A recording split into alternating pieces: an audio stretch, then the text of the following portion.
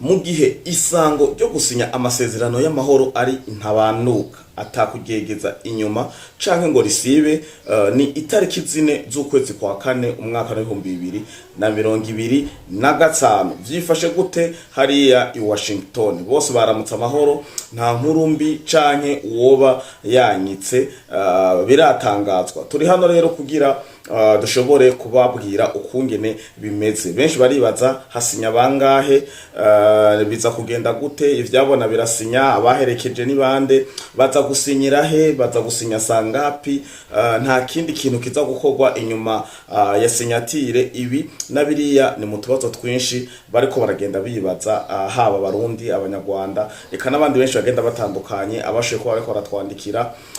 Reka tubamenyeshe ko ibintu bimeze neza kandi isango ari ntabanduka. Ikitibagiwe co ntawuza gusinyisha icrayon kugira ngo azasubira inyuma ejo kubifuta. Uno munsi ni départ, ni signature d'accord de paix historique, ni kintu ca mbere kizoba gikozwe mu karere ka Afrika y'ubuseruko, surtout ku kijanye n'intambara imaze ikiringo kirenga imyaka 30. Tshisekedi na Paul Kagame bakaba bagiye gushira signatire igaragaza ko umwe yemeye ko ari muri Kongo, uyundi amubwiye ati mviraho. Hari mu gihe u Rwanda rwari rumaze igihe ruhakana ko rutari muri Kongo. Ndabaza Abanyarwanda bamwe baciye ubwenge cyane, kuko hariho bamwe badatahura, ari babandi baza gusa gufana, bamwe bakoresha imbuga ngurukana bumenyi batazi n'ivyo barimwo. Ndibariza ikibazo gusa gitoyi, Kagame yagiye gusinya amasezerano y'amahoro atigeze agira intambara na Kongo? Nimba hari yarigeze kuba afise u Rwanda rufise intambara na Kongo, bagwanira he, bagwana bapfiki? Aha rero ni mu gihe bigaragara ko Paul Kagame mu vyo yagiye gusinyira harimo gukora ingabo z'u Rwanda ku butaka bwa Kongo. Olivier Duhungire incoreke umwambaro wa Paul Kagame, umwe bama bashira imbere mu guhakana misi yose. Olivier Duhungire haza gusohoka i Washington yifashe gute? Ubu mu Rwanda abaguma bakoma induru, nta munyarwanda ari mu burasirazuba bwa Kongo aza kwirigwa amerewe gute? Ariko reka tuje imuzingo, reka tuje ido nido inyuma ya kano karuhuko.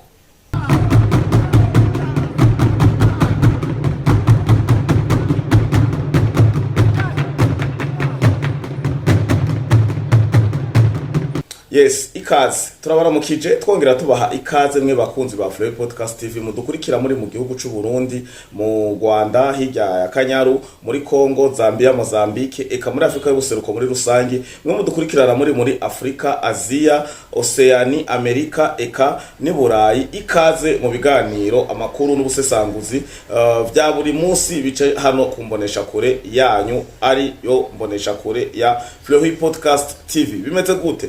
Uno munsi amasezerano arasinya.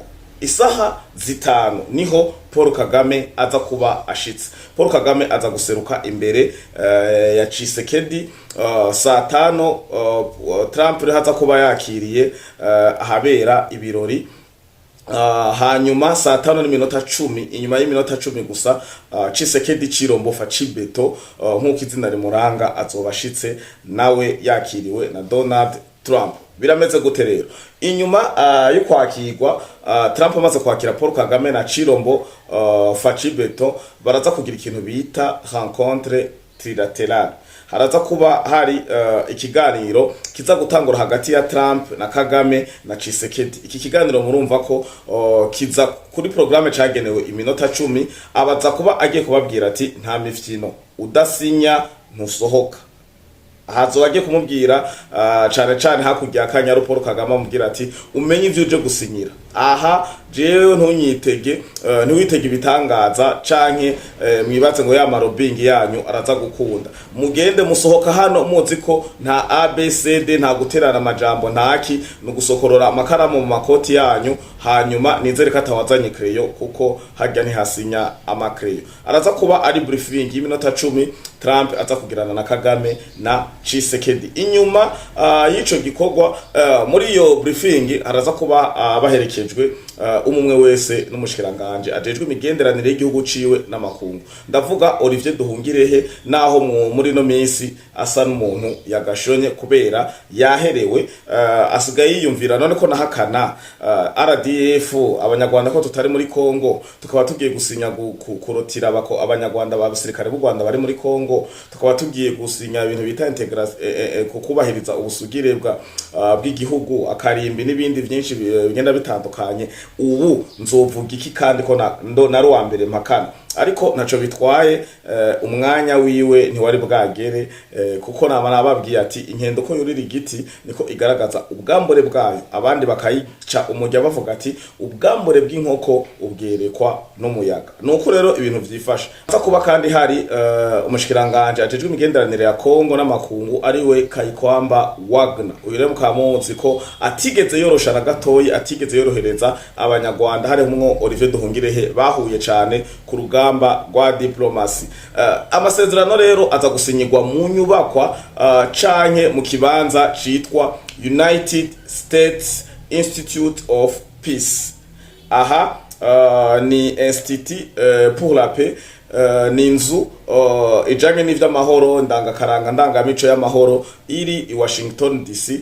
Niho baza gusinyira, ntibaza gusinyira muri biro ovale kwa kundi basanzwe basinyira mu biro muri Maison Blanche. Oya, baza gusinyira muri iyo nzu yagenewe ivy'amahoro hariya muri Washington DC. Aha ndavuga ko ari muri Leta Zunze Ubumwe za Amerika. Hanyuma mu baherekeje canke maza kuba bahari ni bihugu 8 biza kuba bihari imbere ya Trump, iruhande ya Rwanda na Kongo, iruhande ya Kagame na Tshisekedi. Bimeze gute?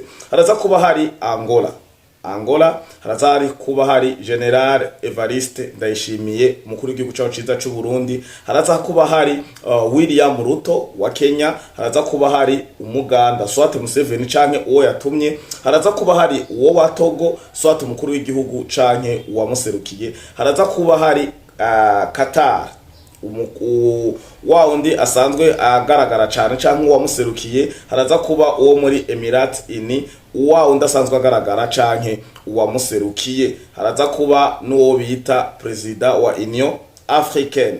Aha abakaba bakwiye igitigiri 18 iruhande ya Paul Kagame na Tshisekedi. Bimeze gute rero?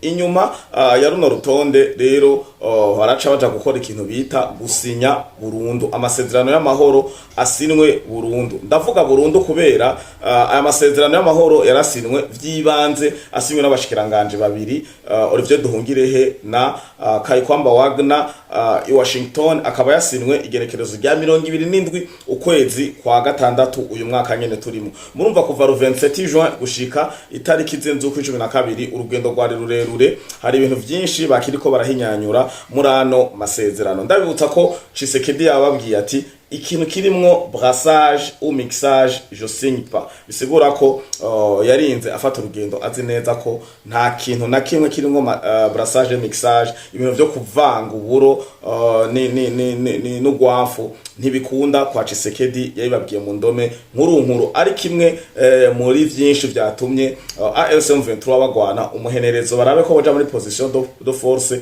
kugira ngo barabe ko bashoboye kwimpoza ibiganiro. Ariko nkaba ndababwira ko kanyanyaye kubera ko bavuye i Washington mukabana barahejeje gusinya, AFC/M23 ica isigara yitwa ko ari umugwi w'abateroriste. Umugwi w'abateroriste murazi naho kungene bawuhagurukira. Aha rero ndababwiye ko baca basinya amasezerano y'amahoro burundu hagati y'u Rwanda na RDC. Ibi navyo kaza kuba imbere y'itangazamakuru, abantu isinzi situ abanyamerika, abakongomani n'abanyarwanda bari muri diaspora hariya, ikano kumbonesha kurebiza kuba biri live, aho Paul Kagame aza gusinya, hanyuma Tshisekedi Chilombo Fachibeto afundikire signatire kubijanye n'amahoro, hanyuma Trump nawe abarangiriza shireko agasunuzo. Inyuma yo ngaho rero haracaza kuba ikintu citwa declaration officielle. Paul Kagame baramuha microphone na stage avuge adeklara officiellement ko basinyiye amahoro. Murumva se umufyino nico gituma mubona hatumiwe ivyabona arasehejeje gusinya araza kugaragara avuga jewe Paul Kagame n'ibindi vyinshi sinzi ko hariho kaneva ivyo baza kuvuga canka aza kuvuga ijambo yateguye ubwiwe. Tshisekedi nawe nyene aza kugira declaration officielle, Trump murumva kadasigara inyuma. Aha rero murumva ko bitaza kuba vyoroshe. Uko niko biza kuba bimeze.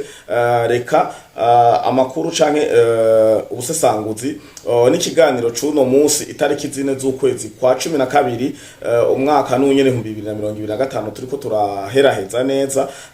Turangirize hano ibijanye na programme no kugera ibintu biza kuba vyifashe kuri uno munsi, hanyuma tuce tugaruka tubaha amakuru yo ku mirongo y'urugamba. Mwarahezagiwe, mugire umunsi mwiza w'akazi.